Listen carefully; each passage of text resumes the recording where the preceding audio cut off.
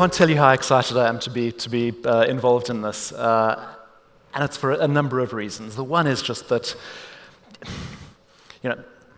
as an African, when I first started traveling to Europe, you sort of arrive in Paris or London, and you just see this kind of Lisbon, this wealth of kind of cultural heritage and the way in which it's been used to drive growth and drive economic development. And I sort of have gone back to both my home in South Africa and also other parts of Africa, and I just sort of think this is an opportunity that we really should be talking about. So I'm thrilled to be talking about the subject. I'm also very pleased to see that there is a lot of interest in the audience. I was a little bit worried that given this topic or the surf school breakout outside, I sort of thought we might not manage to get so many people here.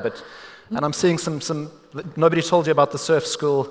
Oh, I'm very sorry, but the registration for that is closed, so you're going to talk about culture with us. But let's just start. I mean, Anna, why don't we just start at a very high level, and let's just, before we begin, scope some of the opportunity, both as you've seen it here, but also as you look at African countries. Well, good morning. Welcome to Portugal, to all of you. I hope that we will have the time to surf together afterwards, but till then, let's see what we can do together, namely looking at Africa and the opportunities we have to develop some projects together. I think that looking at Portugal, you can see an example of a country that arriving late into tourism was a great advantage, and I think Africa is the same. Africa is arriving late to tourism like Portugal, and this has a huge advantage because we learn from the mistakes of others and we take advantages of the trends of the future. And the trends of the future are people want to feel that they are involved in local communities. They want to feel that they discover new places, authentic places, not fake places. They want to discover unique landscapes. They want to be in places where they feel they are the only ones that can have that experience. That happened in Portugal. Portugal was in the right place at the right time to benefit from, of course, some international tendencies. But what we felt is that people were kind of fed up of seeing the same things.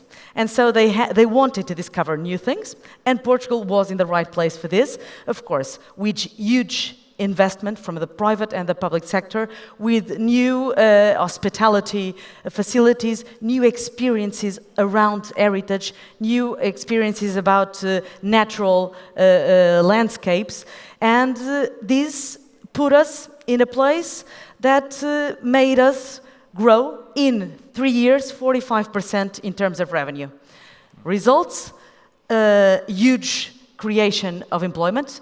In the last 3 years, 1 out of the 3 new jobs created in Portugal were created by tourism. And at the same time, tourism was this instrument to develop lots of other activities, becoming like an engine of the economy. Right now it represents in Portugal 18% of all our exports, 13.7% of our GDP, and 10% of our employment force. So I do think that it is a very powerful instrument to change countries and to foster other activities, namely agriculture, commerce, even innovation and tech activities. Because what's happening in Portugal, and tourism has been an instrument, a crucial instrument for this, it's that it is a visit card, not only to attract visitors, but mainly to attract new investors, new inhabitants, new students, new people who want to come to Portugal, for example, to work here. Because tourism has created this environment where people feel comfortable. Also, we addressed a huge effort to create air capacity, which is crucial. Not only for tourism, for business, for all the activities. So when you tackle tourism, you are tackling crucial areas to attract investment, new people, create jobs, etc. So this is a powerful tool. Of course, if you drive it into, for example, using heritage and putting heritage back into life through tourism, this is also a way to use your natural and cultural resources to put them into, transform it into economic activities. And let's hold that thought, because I'm going to come back to heritage. But Mossadegh, let's just talk, again, I suppose you've approached this from the other side as an entrepreneur and a business person who's been investing in the sector.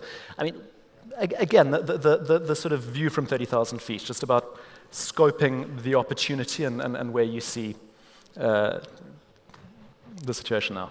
Thank you. First, I would like to thank the organizers for inviting me to this conference. Tourism today is the #1 industry, driving close to more than 10% of global GDP, creating a lot of jobs in the countries, as the secretary said.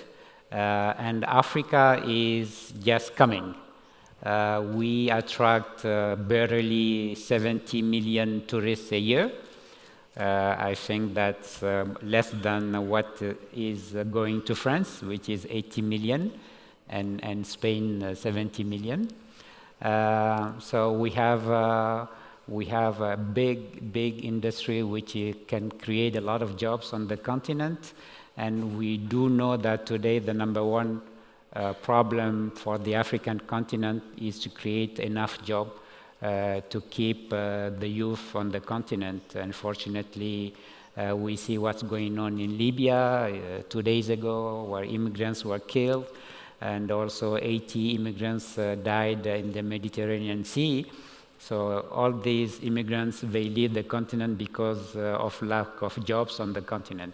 So definitely tourism is today one of I would say, the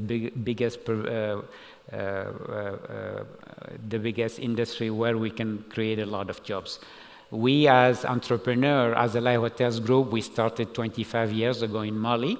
We bought a state-owned hotel, Grand Hotel de Bamako, which was built in 1952 by the French. So we bought it, and with a loan we got from IFC, we refurbished the hotel.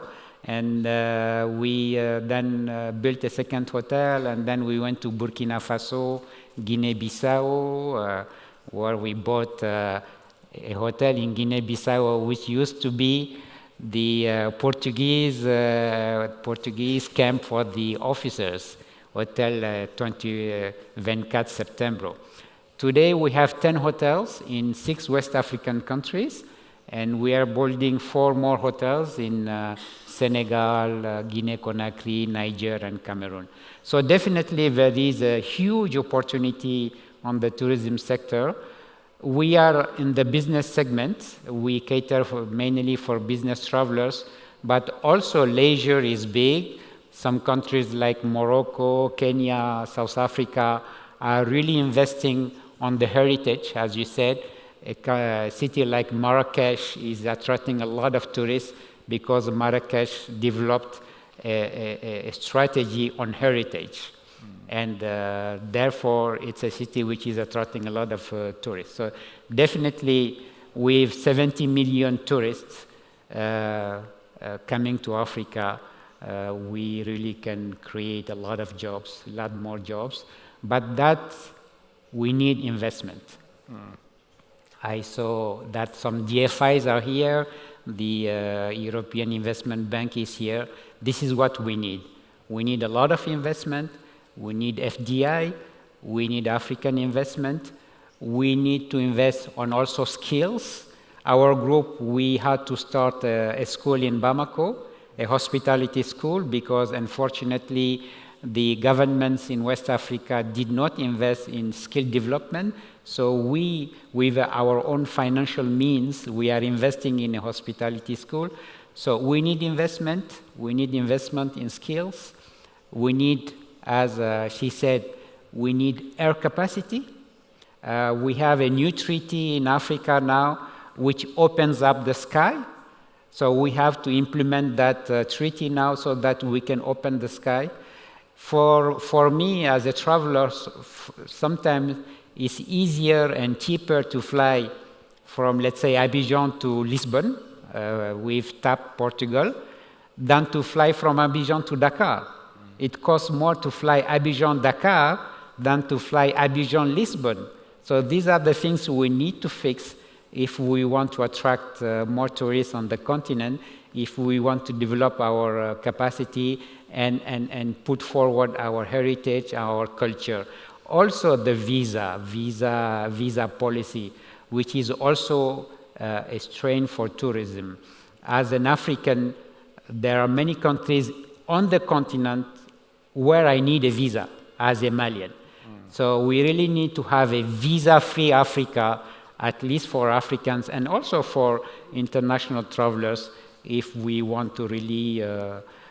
I would remind you that every year we have 1.2 billion tourists traveling, and we are attracting only 70 million. Yeah. Again, hold the thoughts, because I'm going to come back to air travel and visas. But let's just bring in this idea of kind of heritage and culture as a tourism draw, because I think certainly in East Africa and South Africa in the past, I think we were quite lazy. We said, come and look at our elephants. And yet you come from a country with a long and deep history and an ancient civilization. I just wonder to what extent you are able to use that as a draw card. Oh, definitely we should use our heritage, our culture. As I said, Marrakesh is doing well, Kenya, South Africa, Egypt also is doing well with the pyramids. Mali has a very bright, a very ancient civilization in cities like Timbuktu, Djenné, Dogon country. Unfortunately, in Mali today we have all these security concerns. Before we had these terrorist groups settling in the northern part of Mali, Timbuktu used to be a tourist spot. And many investors were transforming private houses into guest houses. So we saw a development in tourism, in handicrafts in Timbuktu. Unfortunately, all that stopped when the terrorist groups came from Algeria and settled in the northern part of Mali. But any and every African country has a culture, has a heritage to develop and to foster. And definitely we have a lot to offer to international travelers. And what Portugal is doing, Portugal can share it with all the African countries, how to develop leisure tourism, intellectual tourism, historical tourism. For example, I see people when I tell them that I am from Timbuktu, and they tell me, well, my dream, the dream of my life is to go to Timbuktu and have a Timbuktu stamp on my passport. Yeah. And I'm going to come back to you in a minute on sort of lessons and kind of sharing knowledge about things that the state can be doing. But let's just talk about security. You raised it, and I see that's come up in some of the questions from the audience, and thank you for the questions that are coming in. But a question that I often face when I look at countries and look at tourism is the question of whether, in some ways, all of this talk is creating a kind of dangerous pro-cyclicality. So we're saying, unemployment is a problem, instability is a problem, tourism can solve that problem, but it takes one attack, as we saw in Tunisia, and the tourists disappear for 3 years or 5 years. How does one deal with that issue? Well, unfortunately, I think Africa is not treated as it should be treated when these things happen. When you have a terrorist attack in Paris, you have 120 dead. No government says, don't go to Paris. When you have an attack on the Radisson Bamako, which we had a couple of years ago, you have 20 people dead.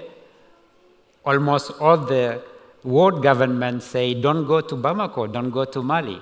So this is an unfair treatment because today security problem is everywhere. You can be in a metro, on an airplane, having a coffee somewhere in Paris, and you get bombed, unfortunately. So this is a world problem. It's not an African problem. But the way it's treated in the media, as far as Africa is concerned, for me, is not fair. And of course, that will stop investment in tourism on the continent if we put forward this security problem. So unfortunately, we as Africans, we don't tell the narrative, our own narrative. It's the international media like CNN, France 24, BBC, which tells our own narrative. And unfortunately, quite often, it's a negative narrative. A lot of good things are going on the continent, but they are not put forward. Yeah, we have security problem. In my own country, we do have security problem in the northern part of the country, but people are still coming to Bamako to take care of their business. Egypt went through a lot of problems, but tourists are coming back.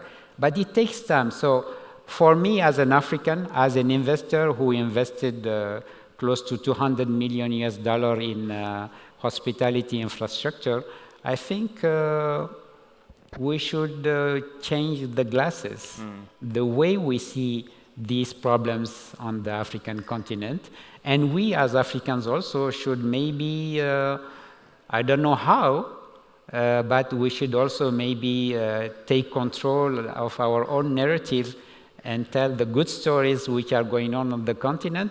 Yes, there are bad stories also. Yeah. But so I think we're all optimists up here, and I imagine everyone there is, or most people there are optimists. So let's enough of the bad narrative. Let's look at some of the good stuff. And you've gone through a process of saying how does one tap into the sort of assets, tangible and intangible, and I sort of wonder what lessons you think can be drawn.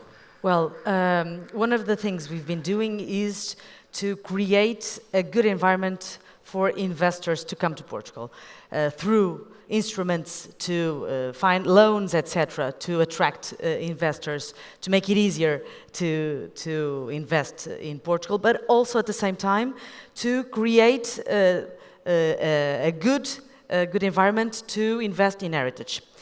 For this, what we decided to do was to put culture and tourism working together, and also the finance ministry, which is also always crucial, to work together and look at the heritage we had that was not being used for decades, that could be a very important asset to put in the market to develop as a touristic product. It was a very tough process. We started this 2.5 years ago.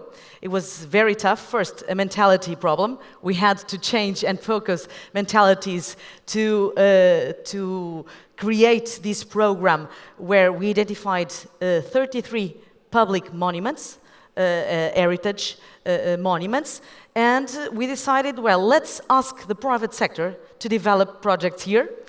Through a concession model, and through concrete parameters of intervention. This was an amazing, I would say now, program. In the end, we were almost giving up because it was too tough. You can imagine most of these buildings are not even identified in the register. Some of them have several owners even inside the state. And now it's fantastic to look back and see it was good we didn't give up. We have most of these buildings already being renovated by the private sector. We have 500 investors looking at the program and going to trying to get the buildings. And it has been so successful. We've already opened the first hotel, which is in the interior of Portugal, and we had this concern to guarantee that this program was also a way to create anchors in the interior of Portugal, to create attractiveness in places where we don't have other types of offer. And the first hotel has already opened last month in Elvas, which is in the interior of Portugal. It was a conversion of an old convent that was transformed into a hotel by a group. And now we've been, many countries are looking at this as a case study, and we are exporting the model. We are already doing it with Cabo Verde, Mozambique, Angola, and São Tomé. Again, as you said, they have many Portuguese old buildings. That are not being used. And so we decided that this was also a way we could do to use tourism as a cooperation instrument. We are doing we are acting in 3 areas with these countries. First, to train people, young people in tourism in these countries. We are doing it, bringing some students here, but doing also training sessions in these countries. We are also planning in creating a net of tourism schools in these countries. Again, to export the expertise we have in training that has been so successful. We are helping in implementing this program Revive. We called it Revive because we are giving back life to these heritage buildings, not only in Portugal, but now in several countries. And Morocco is also entering this program. And we are training these teams. We had teams from these countries coming last month to Portugal, exactly to create, implement the model in these countries. And we are, at the same time, creating specific financial instruments to support the development of this Revive program in these countries. So I do think this is a case study of cooperation. Looking at what we have in common, taking the best of each country to develop this program. For example, in São Tomé, we're doing it with the roças, the traditional farms of coffee plantation, cacao plantation in São Tomé. And we are using it also as an instrument to attract international investors to this program. Again, if we have a net of 500 international investors that are looking to the Portuguese Revive, I'm sure that they will be the natural also investors to go to this Revive program in these countries that are coming into the program. It was not easy, but it was incredible to see that something that looked impossible, now everyone wants to do it because it's working. Yes. As I said, we bought 24 September in Guinea-Bissau. It's one of our best hotels because it's on 5 acres, and it used to be the Portuguese Army officers' compound. So definitely this is a program which we can develop. We have, for example, all these old railway stations in all our countries which are abandoned now. So we can transform these railway stations into, let's say, 5-star hotels. One country which is doing quite well also in this heritage tourism is Tunisia. Tunisia used to have a large Jewish community which left the country. So they developed coming back for Jewish community to visit a very old synagogue which is in Tunisia, and it's doing quite well. And actually, during the very difficult period where tourists were not going to Tunisia anymore because of the terrorist attacks, these Jewish community were coming back to visit these old synagogues, and it really helped many hotels survive. So definitely what Portugal is developing in this heritage tourism, transforming all the houses into nice hotels, putting forward our culture, our heritage, can definitely help the continent develop its tourism sector.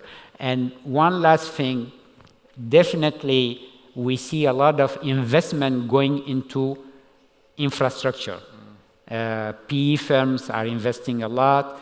Big companies, international brands are investing a lot on the continent. But what I see as an entrepreneur is a lack in skills development investment. And definitely this is what we need, and I think Portugal can help a lot on developing skills on the continent. So, we've all been to conferences that are just talk shops, and everyone kind of says the same old stuff, and nothing ever happens. So let's make this action-oriented. And we've got two people here who can do stuff. And I'm going to ask you to say you've got an official from a government that is active. What would you tell Anna to do when she goes back to the office on Monday? I will do this, Anna. I want Portugal to help us develop our hospitality school in West Africa. But priorities. Let's everyone's got a long to-do list. So what are the one or two priorities that you think, kind of Portugal and Anna should be doing in this space? I mean, you've heard what she is doing. What should she be doing more of or different? For me, Portugal first is doing a good job in air links. TAP Portugal is flying to now many capital cities on the continent. They used to go to Bamako. They stopped. I don't know why they stopped, but they should come back. I even have a loyalty card, TAP Portugal, because they used to come to Bamako. So that definitely is, because as I said, the way for us to get more tourists is to have air links, very good air links, and at a cheaper price. Once we have that, and good visa system, I think we can double, triple the 70 million we are getting now. And as I said, what Portugal also can do is to invest in skills. This is what we lack. I can tell you, whenever we have to open a new hotel, our biggest challenge is to find trained people. So what we do, we hire our GM 1 year before we open. We hire our middle management 8 months before we open, and we hire the staff 6 months before we open. It's a cost for us. It's a huge cost. But we don't have a choice, because if you open a hotel here in Lisbon, you go to hospitality schools and you hire people maybe 2-3 months before you open.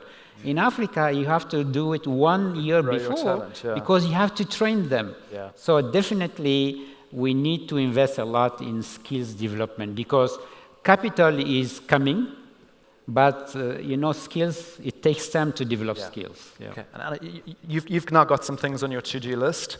When you're speaking to entrepreneurs and people in the industry in Africa, what do you want from them? What should they be doing or telling their governments or co-entrepreneurs?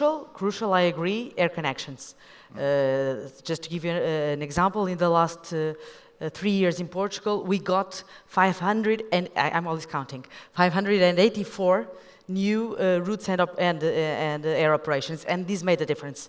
Of course, it helped us connect to all the countries, all the continents, namely, just an example, a small example. In 2 years, we had 2 years ago 500,000 Americans coming to Portugal. Now we have over 1 million.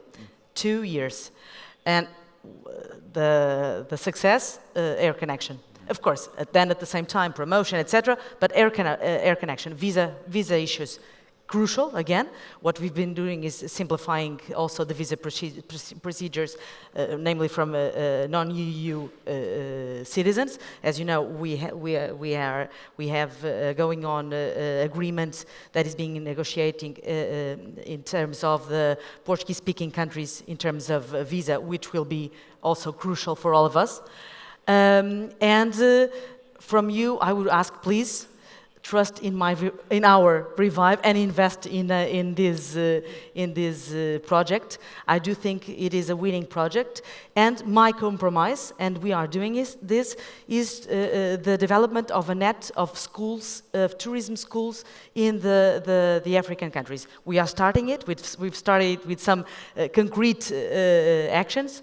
But we are upgrading it into permanent schools in the African countries, because I do think this is a know-how that we already have. So it's easier for us to expand. So my compromise with you, I will do it. So as the moderator, and we're out of time, so I'm going to keep this very short. My job is to ask questions, not tell stories. But on the visa thing, I just have to. There's a famous story among journalists who cover Nigeria, and I know there's some Nigerians in the room. It's very difficult to get a visa as a journalist to go in. And a few years ago, a Western journalist thought, well, I'll just apply for a tourist visa. And he got the visa, and he arrived at the airport in Lagos, and he arrived before the Nigerian border official, and the man looked at this, he said, "What are you here for?" And the man said, I'm a tourist. And the border official said, "We have no tourists here." Denied. So I agree with you. They've got to sort out the visas. I am going to ask you to please join me in thanking our guests. So this was a really informative discussion, so thank you. Thank you. It was a pleasure.